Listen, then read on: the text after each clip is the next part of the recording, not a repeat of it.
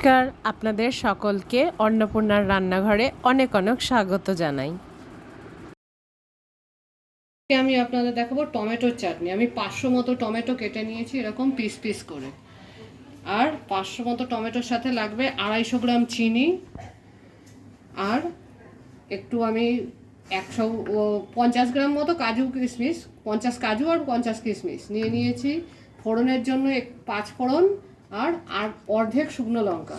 এছাড়াও আমরা একটু নুন হলুদ ব্যবহার করব, আর রান্নার জন্য হাফ চামচ মতো তেল লাগবে।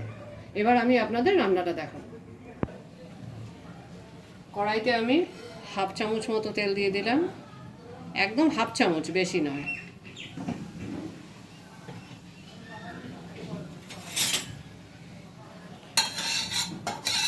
তেলটা গরম হোক, গরম হলে আমি শুকনো লঙ্কা এবং একটুখানি পাঁচফোড়ন দেবো।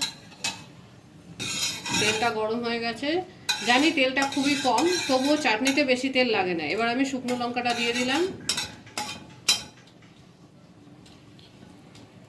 এবং অল্প একটু পাঁচফোড়ন। দেখুন পাঁচফোড়নটা কিন্তু ফুটছে, তার মানে তেলটা গরম হয়ে গেছে। পাঁচফোড়নটা দিয়ে ফুটবে এবং একটু আওয়াজ হবে, তাহলে আপনি বুঝতে পারবেন যে তেলটা গরম হয়ে গেছে এবং লঙ্কাটাও একটু কালচে হয়ে যাচ্ছে। এইবার আমি দিয়ে দেবো এই যে কেটে রাখা টমেটোগুলো।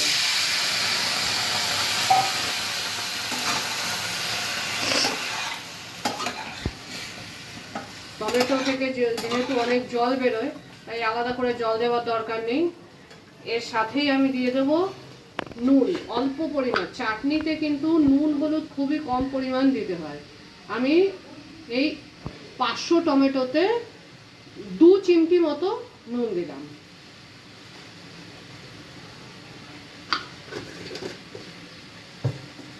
এবং হলুদও ঠিক একই রকম,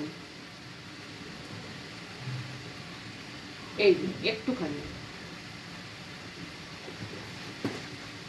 এবার দেখুন টমেটোটা জল বেরোনো শুরু হয়েছে। এবার আমি ঢেকে দেবো টমেটোটা যতক্ষণ না মজে যায়। কোনো রকম জল দেওয়ার প্রয়োজন নেই। এবার আমি টমেটোটাকে ঢেকে দেবো, গ্যাসটা মিডিয়াম করে, যাতে টমেটোটা নরম হয়।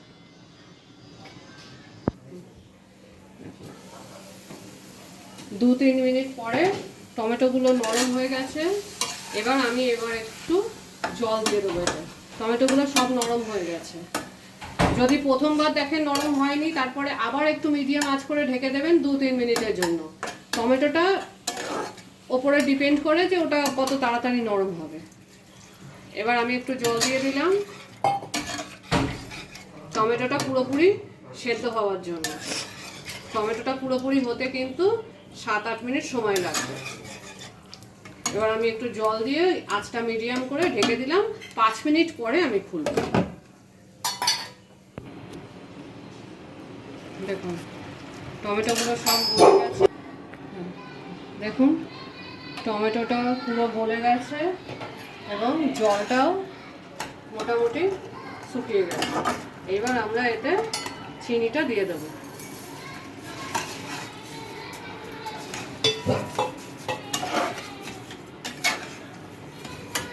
চিনিটা গলবে এবং একটু আঠালো হয়ে যাবে, ততক্ষণ মিনিট 5-এর জন্য আবার ঢেকে দেব।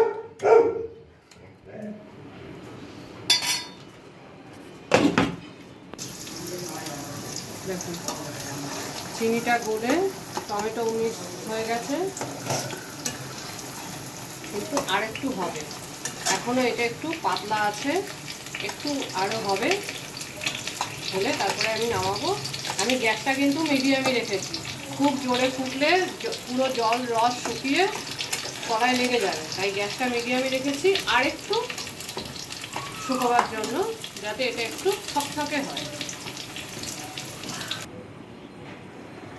এবার দেখুন চাটনিটা হয়ে গেছে।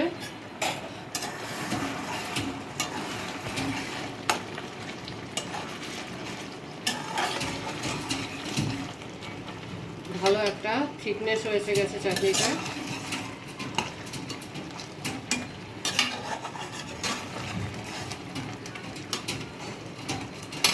এবার আমি অর্ধেকটা কিশমিশ এতে দিয়ে দিলাম। এই কিশমিশগুলো ফুলে যাবে।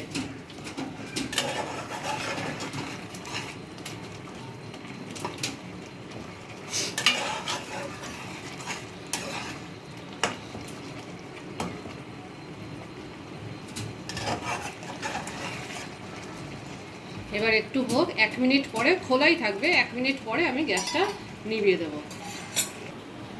আমাদের চাটনি রেডি হয়ে গেছে সার্ভ করার জন্য। এবার আমি গ্যাসটা নিভিয়ে দিলাম। চাটনিটা আমি একটা পাত্রে ঢেলে নেব।